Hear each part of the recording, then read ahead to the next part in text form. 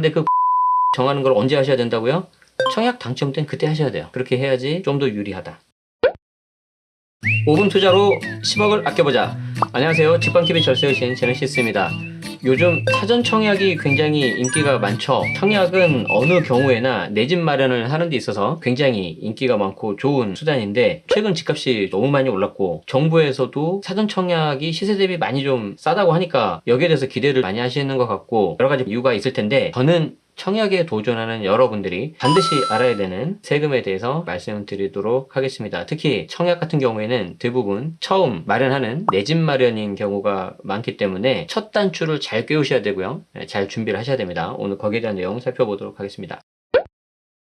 이 사전 청약 같은 경우에 사실 새롭게 생긴 말입니다. 우리가 흔히 알고 있는 청약이 있고, 중간에 이제 중도금 납입을 하고, 그 다음에 이제 잔금을 치르면서 입주를 하는데, 이걸 좀 더 당기기 위해서 이렇게 사전 청약이라는 개념이 들어온 겁니다.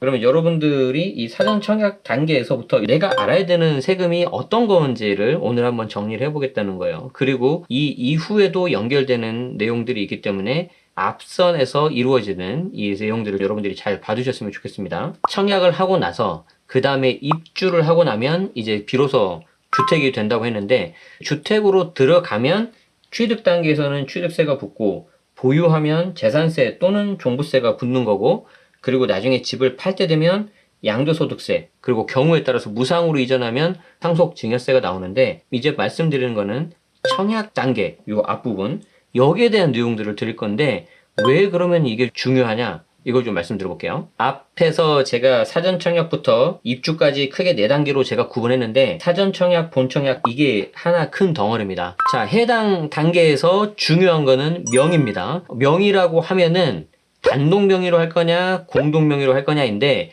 예를 들어서 내가 싱글이거나 부부 관계를 하더라도 나는 무조건 단독으로 하겠다 하시는 분들은 크게 상관이 없을 수도 있지만, 특히 이 사전 청약은 30대 분들, 신혼이신 분들이 관심들이 많으실 텐데, 단독 명의로 할 거냐 공동 명의로 할 거냐에 따라서 나중에 세금 관계가 어떻게 될지 결정이 난다는 거예요. 이게 이제 경험이 없으신 분들은 아니 나중에라도 이거 내가 수정을 하거나 변경하면 되지 않느냐라고 생각하실 수가 있는데, 그게 되는 경우가 있고 안 될 때가 있습니다. 여기서 안 된다는 거는 할 수는 있는데 괜히 불필요한 지출이 나간다는 거죠. 그러면 개인 명의로 할 거냐 공동 명의로 할 거냐에 따라서 어떤 게 더 좋은지, 유리한지 불리한지, 여기에 대해서 제가 하나씩 살펴보도록 할게요. 먼저 취득세는 단독 명의로 하든지 공동 명의로 하든지 상관이 없습니다. 즉 무슨 말이냐면은, 내가 이걸 공동 명의로 한다 그래서 취득세가 막 줄어들고 그러지 않아요. 전체 총액에 대해서 세금이 나오고, 여기에 대해서 이제 지분대로 이렇게 쪼개지는 거기 때문에 굳이 이거를 단독으로 한다고 혹은 공동으로 한다고 세금 자체가 줄어드는 거는 없습니다. 재산세 같은 경우에도 단독하고 공동 동일해요. 그래서 이제 내 집 마련하신 분들, 주택수 하나이신 분들은 취득세 그리고 재산세 정도 나오기 때문에 뭐 이걸 내가 단독으로 하나 공동으로 하나 뭐 별로 달라진 게 없어서 와닿지 않으실 거예요.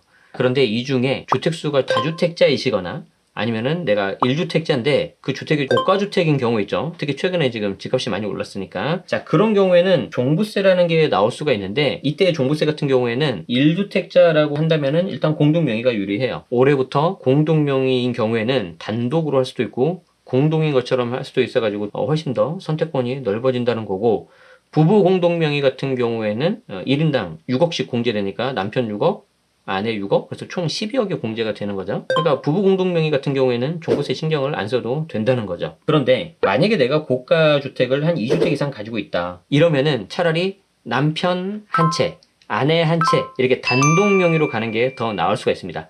만약에 남편 공동명의 1번 주택, 2번 주택, 그리고 남편 아내 공동명의 이렇게 해버리면은요, 전체 지분 절반만 있다고 하더라도 보유세 주택수, 특히 종부세 주택수는 두 채씩이 되거든요. 이러면은 종부세가 더 오히려 많이 나오는 케이스가 있어요. 하지만 이 경우에는 좀 예외적인 거기 때문에 넘어가도록 하겠습니다. 그럼 정리를 해보면, 내가 만약에 이번에 사전 청약으로 첫 번째 내 집 마련이 당첨됐다. 취득세 단독 공동 상관없어요. 재산세도 단독 공동 상관없고 종부세는 아직 안 나올 거예요. 그럼 마지막 남은 게 뭐예요? 양도세 하나 있어요. 이 양도세 낼 때 여러분들이 나중에 잘못하면 후회할 수가 있습니다. 양도세만 놓고 보면 공동명의가 무조건 유리해요. 왜 그러냐면, 양도소득세라는 거는 이 인별로 과세가 되는데, 본인이 가지고 있는 양도 차익을 인별로 이렇게 쪼개버리거든요. 그럼 전체 소득이 있는데 그 소득을 이렇게 나눠가지고 각각에 대해서 남편분, 아내분 이렇게 계산을 하기 때문에 다 가질 수밖에 없어요. 이게 소득 금액이 작아지다 보면은 여기에 적용되는 세율 자체가 내려갈 수도 있습니다. 쉽게 말해서 전체에 플러스가 있는데 이거를 명의로 나눠버리면 분산이 되기 때문에 덩어리가 작아져요. 그럼 이 다 가진 덩어리에 대해서 낮은 세율이 적용돼서 그 결과 세부담이 좀 줄어들 수가 있는 거죠. 이해되시죠? 자, 그래서 보면 취득세, 재산세 이 경우에는 단독 공동 상관이 없는데 양도세는 공동 명의가 유리하기 때문에 이것만 놓고 보면은 공동 명의를 하시는 게 좋아요. 그 외에 만약에 공동 명의로 했는데 그 집이 아주 비싼 고가 주택이다. 공동 명의를 하면은 지분대로 원래는 자금을 출제하는 게 맞는데 이걸 한쪽에서 다 냈다 그러면은 다른 쪽에 증여를 한 걸로 봐서 그 증여 금액이 6억이 넘어갔다고 하면 그때는 증여세 이슈가 나올 수가 있습니다. 그리고 또 하나는 공동명의 같은 경우에 또 이게 대출을 같이 일으켜야 되는데 부부 한쪽에 좀 신용도가 만약에 낮다 그러면 이때도 대출이 좀 안 나올 수 있는 그런 이슈가 있을 수가 있어요. 결론을 딱 내려드냐면은 내 집 마련 특히 첫 집이라고 한다면 그냥 공동명의 하시는 게 좋아요. 그런데 그 공동명의 정하는 걸 언제 하셔야 된다고요? 청약 당첨된 그때 하셔야 돼요. 그렇게 해야지 좀 더 유리하다. 두 번째 단계를 다시 볼까요? 중도금을 납입하는 건데 명의를 결정하는 게 청약 당첨될 때 하시는 게 좋다고 했죠. 그런데 엄밀히 말해서 중도금 납입하는 이 순간에 하셔도 돼요. 그리고 나중에 등기 치기 전에까지만 명의를 바꾸시면 되는데 왜 제가 이 앞에서 하는 게 유리하다고 하냐면은 내가 만약에 중도금을 납입하고 그 이후에 명의를 단독에서 공동으로 변경한다. 그러면 이때는 양도세가 발생할 수 있습니다. 특히 중도금 같은 경우에는 대출금인데 단독 명의로 된 대출금을 공동 명의로 바꾸면서 그 대출 금액이 좀 조정이 될 수가 있어요. 한 명이 대출을 일으켰던 거를 두 명이 해야 되는 거잖아요. 그러다 보면은 대출 금액에 대해서 금액이 줄어들고 이걸 대가성이 있는 걸로 봐가지고 이에 대해서 양도세가 좀 나올 수가 있습니다. 어쨌든 여러분들은 아셔야 되는 게 이 경우에 공동으로 바꿀 때 대출 부분에 있어서는 양도세가 나올 수도 있구나 라는 거를 좀 알아두셔야 되고 혹시 좀 금액이 크다면 사전에 상담을 받아보시는 게 더 좋을 수 있습니다. 자, 그리고 두 번째가 이제 증여세 이슈가 이제 발생할 수가 있는데 예를 들어서 남편 명의로 청약 당첨이 되고 나중에 중도금을 납입을 하고 있는데 공동 명의를 하는 게 유리하다고 해가지고 이제 아내 명의로 이제 같이 공동 명의를 한단 말이에요. 여기에 대해서 공동 명의로 바꾸면서 대부분 이걸 그냥 명의만 넘기죠. 대가를 안 받는다는 거죠. 즉 증여예요, 증여. 그러면은 10년 동안 합산해서 그 증여가액이 6억 이하면은 비과세기 때문에 별다른 문제가 없는데 간혹 가다가 이게 고가주택이면은 금액이 6억을 넘어섰다. 그러면은 증여세 이슈도 나올 수가 있는 겁니다. 또 이게 왜 증여세 이슈가 나올 수가 있냐면은 이게 시간이 지나면서 프리미엄이 붙잖아요. 이 금액이 거래가 안 되면은 원칙은 당초 분양가로 하는데 이게 정말로 FM대로 하자면은 중간에 올라간 프리미엄도 별도의 반평을 받아서 해야 되는 경우도 있기 때문에 이왕이면 가격이 낮을 때 당초 처음에 분양받았을 때 이때 처음부터 공동명의 하시는 게 좀 더 유리합니다. 이제 마지막 입주 잔금 때 볼까요? 여러분들이 청약 당첨이 되고 중도금 납입되고 이때는 세금을 내지 않아요. 그렇기 때문에 전혀 신경을 안 쓰고 있다가 드디어 이때 입주하면서 등기를 하면은 취득세라는 걸 내는데 이때서야 이제 내가 부동산 세금이라는 걸 내고 나중에 양도세 팔 것까지 생각하면 뭔가 아차 싶죠. 이때 취득세라는 거를 납부를 하게 되는데 이런 것들 좀 조심하셔야 돼요. 뭐냐면 취득세가 오른쪽에 있는 표처럼 기존에는 1에서 3%였는데 다주택자, 특히 법인 같은 경우에는 이제 최고 12%까지 이렇게 올라갑니다. 1주택자 분들 같은 경우에는 1에서 3%라서 큰 이슈가 없어요. 자, 그런데 내가 만약에 이거를 분양권을 취득을 하는데 어떤 다른 주택이 있었다. 그러면은 취득세 중과 부분이 들어갈 수도 있다는 거죠. 예를 들자면 이런 겁니다. 내가 만약에 기존에 주택수가 2개가 있었다. 그리고 나서 분양권을 내가 취득을 했다. 근데 그 날짜가 2020년 8월 10일 이후에 취득을 한 거예요. 이 3번 분양권을 주택으로 등기할 때 취득세를 내지만 그 전에 나는 취득세 중과를 피하기 위해서 1번, 2번 주택을 매도한다 하더라도 취득 당시 기준으로 취득세가 결정이 되기 때문에 이때는 3주택 조정대상 지역이니까 12%가 적용이 되는 거예요. 그래서 이 분양권은 나중에 등기 칠 때 그냥 12% 내는 거죠.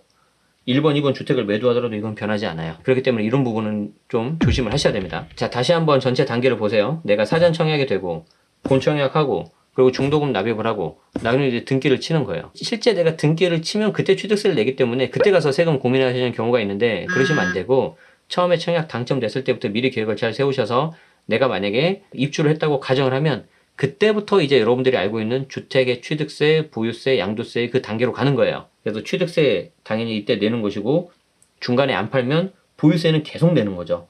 그리고 만약에 집값이 많이 오르면 이제 종부세라는 것도 내야 될 수도 있습니다.